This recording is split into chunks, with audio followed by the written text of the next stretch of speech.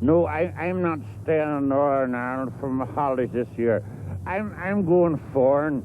I'm going to Canada. And I'll tell you why I'm going to Canada, because I was in a bus and I seen a big poster up on the bus. I seen 3 posters, but the time after there was only 1 poster. And I looked, and that's made my mind up. The big poster said, "Drink Canada Dry," and that's why I'm going. Right, boss? We never go abroad. I wouldn't be bad with that, because my ma has a wee cottage at Ballygo Bent. It's down on the coast road, and we would go down there at a set time. My man always takes the 12th fortnight, because the factory he works in closes down for the 12th fortnight, and he hasn't been well himself all winter. My nerves away to bits. I underwent a very serious operation, and he always takes the 12th fortnight. So I said to him, "Tommy," I says, "this year," I says, "just take 3 weeks." He says, "I will not indeed," he says, "because if I took an extra week and the place was open, I would find out I'd do nothing anyway, and I might have no job left. It's awful what people have to go through 12th week and all." The question of holidays, of course, is a very particular subject. It's a subject I've been concerning myself with for some time now, because if it was not for the working classes, holidays for the proletariat and the other gentlemen, we'll call them out for the time being, would not be possible. The question of where and when one goes for holidays, at the present time it stands, I think, on a rough average of 52 weeks a year, which is the present year. I was thought there's only 2 weeks given to holidays, Mrs. Nicholas, of course. I hope to see the day when there will be 50 weeks holidays and 2 working weeks included in the year.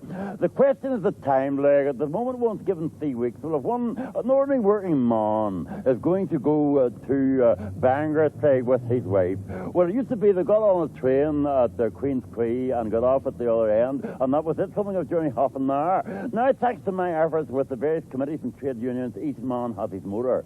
Well, if you're getting into a motor up and sitting in bypass and the straight road to Bangor, it's going to take with the traffic jams, like so many workers have motors now, an hour and a half. You're liable to be stopped really by the soldiers and road searchers and things. Well, that's bound to add another maybe half an hour till the journey. So you must say 2 hours to get to Bangor. That is ridiculous. So instead of 3 weeks holidays, I think they should be extended now to 6 weeks, and that'll give you time to get to Bangor and back again. Another factor, of course, is the weather. I personally hope to have control of that myself personally, but in the meantime, I think to allow for every other day when it's bucketing, the holiday should be extended to 6 weeks. This will be taken up, and I will let you have my executive committee's decision in due course. Leave Belfast at the 12th, you must be joking. Belfast people scunning me, they run to Rome, they run the Free State, they run everywhere else. I wouldn't leave Belfast. The only thing worth staying here for is the 12th, and every 12th in Belfast there in the middle of it, Bedford Street or the Spit or whatever it is, you'll find me in the middle of the Orange Man in the very thick of it. God save our gracious Queen.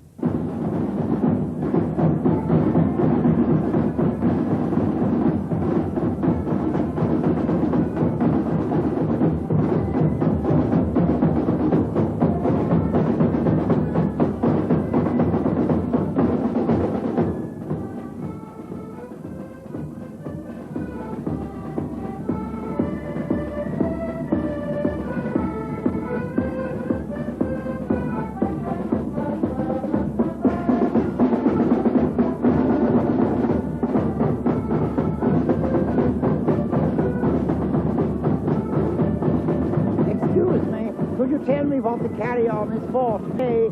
I've been in Belfast many times. I've never seen a parade like this before. What is today? Is it a feast of obligation, or a circus, or what? It's desperate. Feast of obligation, my backside. This is a glorious 12th of July, a glorious pass of the Morton memory. And all them men there is celebrating. Up King Valley! It was so fun, it was beautiful.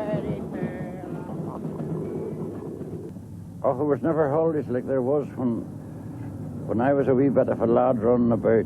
Bangor was the place. Man, I mean, when I wasn't very early at the time, I would have saved up till I had half a crown, and if you had half a crown in them days, you had money. I would have went down to Bangor, and you got then for Bangor and back for above it was.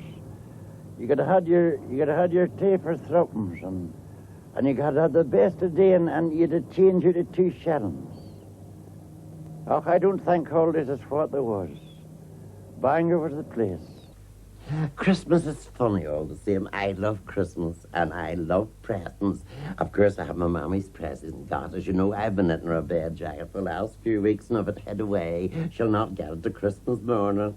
And the excitement with the two of us. I fill her stocking on a cruise. She has filled mine ever since I was a wee lad. Christmas, I think, means an awful lot to different people. Sitting on this wee stool in this wee parlour and looking through the window, you can see all the neighbours. And like each of them think about presents in a different way. Are you sure now I can't persuade you to stay? I think you could not, indeed. If I stayed on in Belfast, I might get through another pound between this and Christmas. The extravagance of people in Belfast worries me. They throw money around them as if it was water. Take your own house. You went through half a pound of sausages in the last 3 days. It's ridiculous. I don't believe in Christmas and throwing money around you and having presents. But don't you be doing any elaborate messages now, for I will be sending you a quarter stone of potatoes and a fistful of parsley. Oh, that's far too much. Oh, I know that, but you couldn't do less with people's related, tell you. And, oh dear, they're that begging and I can't stand her. I'm away. Bye-bye. Bye-bye. I say you needn't knock for him not there. Knock is my favourite rent, man. I didn't think this was your day. Oh, no, my schedules are all upset, you know, because of Christmas. How much do ye? Oh, £2.75. Where that? Much does that leave out of a fiver? £2.25. I will then give us that. Oh, here we are. Didn't expect ye. £1.225. Yes. When will you be round again? Oh, I shan't be back until the Friday after Christmas. Friday after Christmas. Yes, well, I'll give you the fiver then, sure. And then if I don't see ye, happy Christmas and a happy New Year.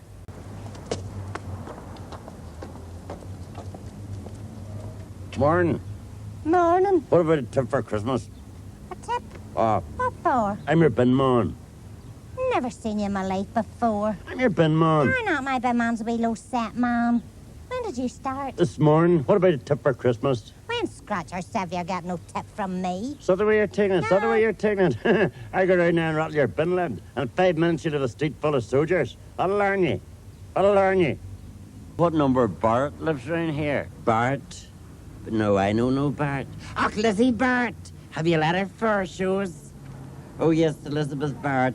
That may be from her brother in England. Yes, I know the Barts well. We were friends. They lived across number 2. And then they had their windows blew in and they moved down to number 9. But there was a bum in the yard or something. And they moved over to 16 and they were intimidated. And then they were 23 for a while. And her ma had bought up the old park and moved in with it. And they put out for overcrowding. Like, but where Lizzie's living now, I wouldn't have a notion. Thanks, you're a great help.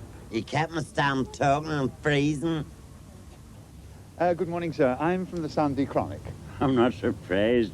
Most of the Sundays are chronic in Belfast. There are no pubs open. No. Well, what I want to know is, what do you know about poltergeists? Poltergeist, you have me. You have me there. As a thing I have never drunk as a poltergeist.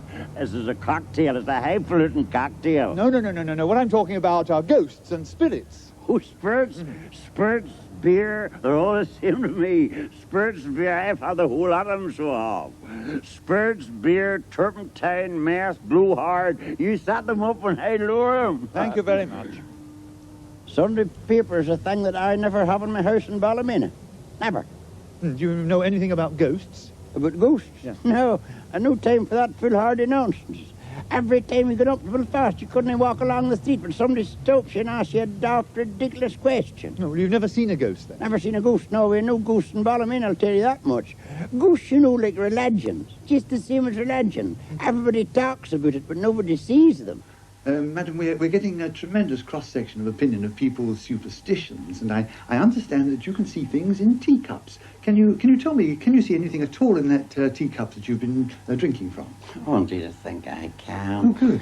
Do you see that long leaf there? Look. Yes. You see the 2 legs? I do, yes. See the 2 arms plain as anything? Yes. And the big map of black hair? Yes. That's you.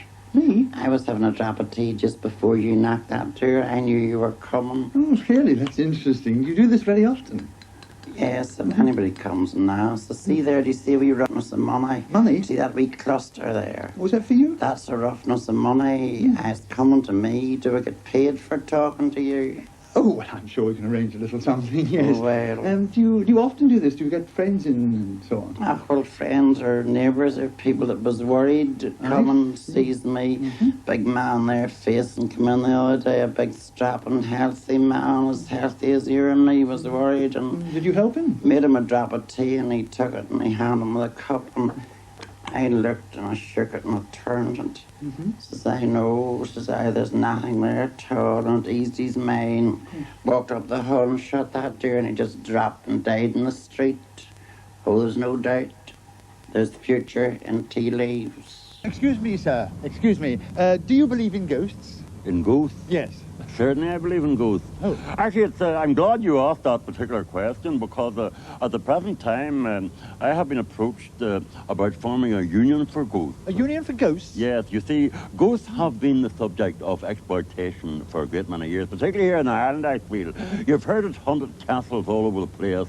Well, you see, every year the landlords in Ireland are making a fortune out of Americans coming here, gullible people, you see, that are willing to go to these places that they would not otherwise go to if there was not ghosts. Now, ghosts have been exploited since time began, I think. Since the ghost of Anne Boleyn walked with her head stuck, I think they have been exploited. The only ghost that has not been exploited, to my knowledge, is the ghost in Hamlet. Well, you see, that is a theatrical presentation, and whoever is the ghost in Hamlet, like, is protected under British Actors' Equity, and he has paid his full union rate, rehearsal money and all. But rehearsal salary is not paid, and indeed appearance salary is not paid to ghosts. I think it's an iniquitous thing, and I think there should be no such thing for a ghost like as normal play, because if a man works at night, fair enough, he gets time and a half. Well, a ghost only works, as you know, during the hours of darkness. Well, I think it should be time and a half to start, and double time for Halloween, and certainly double time for Christmas Eve, when ghosts more or less, as they say, is abroad. I think that they also are entitled to danger money as an automatic thing, particularly the high-class ghosts, like, and the highly qualified ones who hunt, as it were, with their head below their arm. I mean, their visibility in this case, I think they're entitled to danger money. And I'm going to form at the present time a committee to look after these particular unfortunate people. And I hope in the near future to face a committee. And they say that ghosts scare hell out of people. I certainly will scare hell out of the committee. That's all I can say at the present time. Thank you very much. Not at all.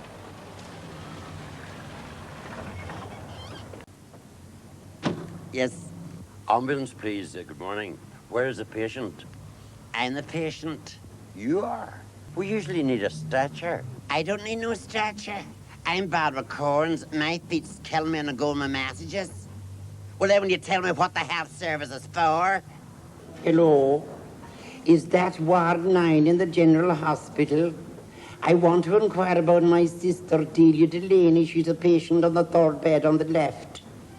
Well, listen, I'm very worried because last night you sent a message that she had to have a blood confusion, and I'm very worried, you see, because she is a good Catholic girl, and I didn't want her give Protestant blood. Could you tell me if it was good Catholic blood she got, because you see she's a good, staunch Catholic girl?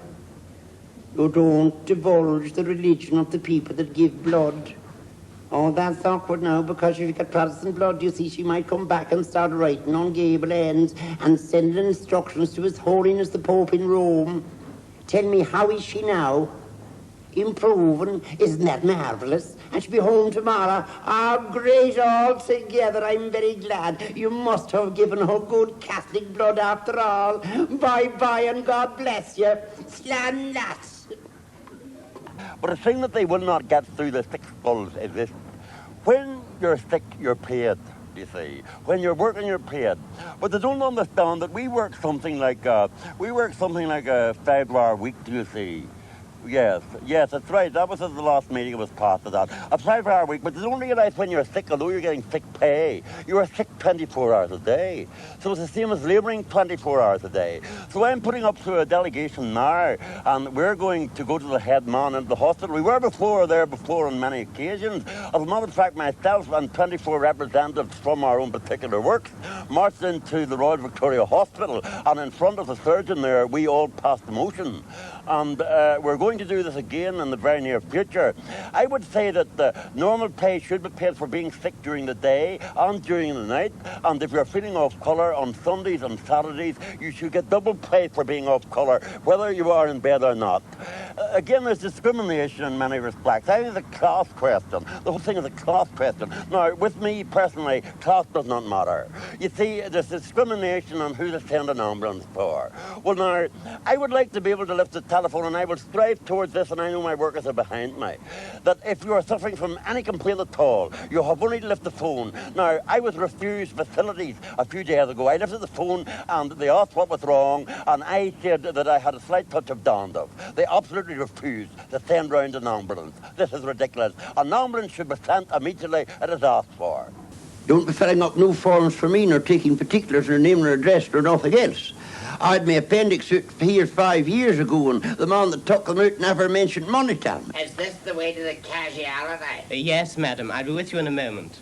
Now the doctor says I'm bothered with my kidneys, and nobody's going to lay a hand on me without telling me how much the kidneys is going to cost.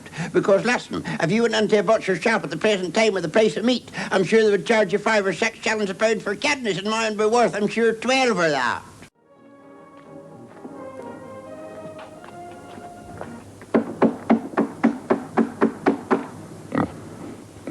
Marvelous. Look. Why, the pig came straight out of the parlor.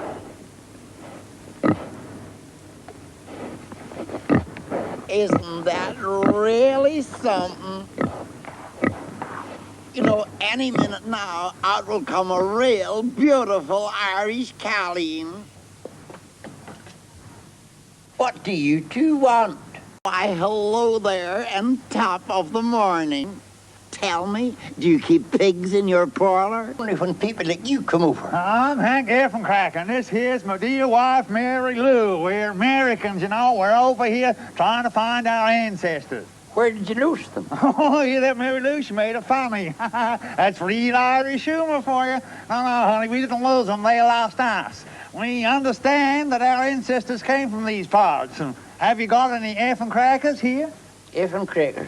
No, we don't eat baskets here at all. They're far too dear.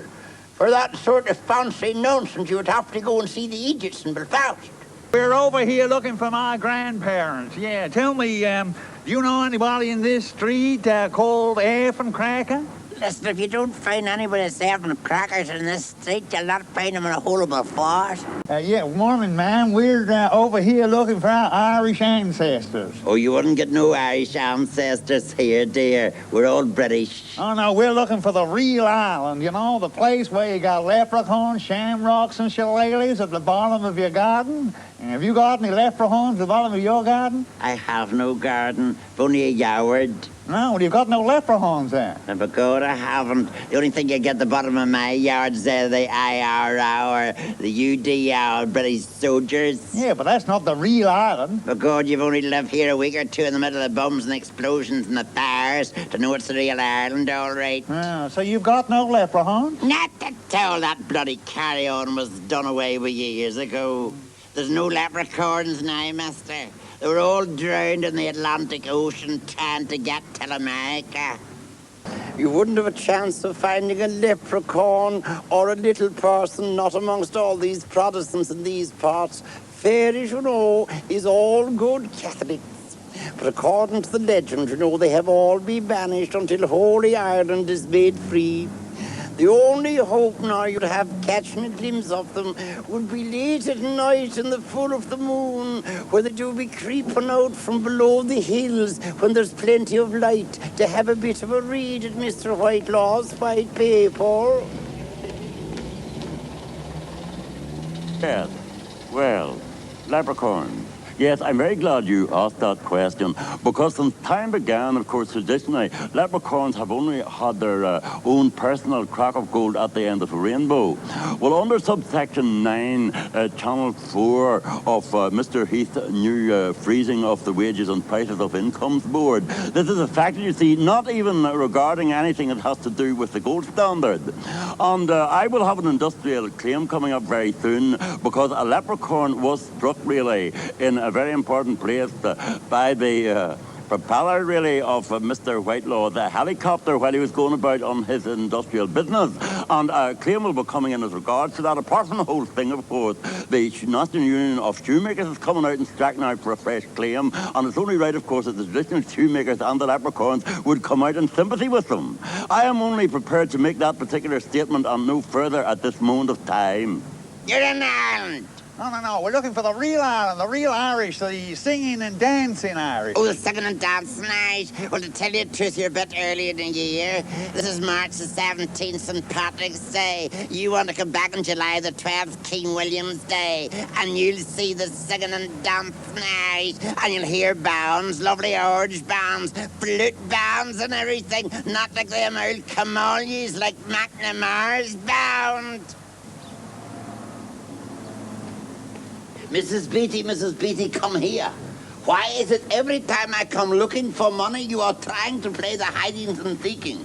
You must pay me what you owe me. If you are not paying me, how do I buy the food? How do I live? Well, I'm very sorry, but look, I have no money. I do my best. But don't push me. As soon as my Willie gets a job, I'll square you up. Your Willie getting a job will make no difference. They don't pay much for jobs in the Free State. But we're not in the Free State. By the time your Willie gets a job, we will be. Well, what we want, you see, is these shoes that the leprechauns make. Now, have you got some? Yes, well, we do have some, but I would have to call our Miss Sweeney. Excuse me. That big Yank is looking for shoes made by an Irish leprechaun. He's a headband. Can I help you? Oh, yes, miss. We're looking for a pair of those genuine leprechaun shoes that you have. Huh? Shoes made by a leprechaun? Yes, sir. Certainly. Huh. What size? Well, size doesn't matter, any size. Oh, any size. I thought perhaps you had a little leprechaun of your own. No. We'll see now. Yes, here. There's a very nice little pair there. Oh, yeah, they're made by a genuine Irish leprechaun. Oh, eh. Is he claimed to her own? Oh. Absolutely excellent craftsman. Here, wait a minute. It says on the bottom of these shoes, made in Hong Kong. But of course. Yeah. Oh, you're thinking of the other Hong Kong, Oh. not the Irish Hong Kong. No. He calls his little village Hong Kong. It's just outside of Hull. Oh. He called it Hong Kong after his grandmother. She was a China foray.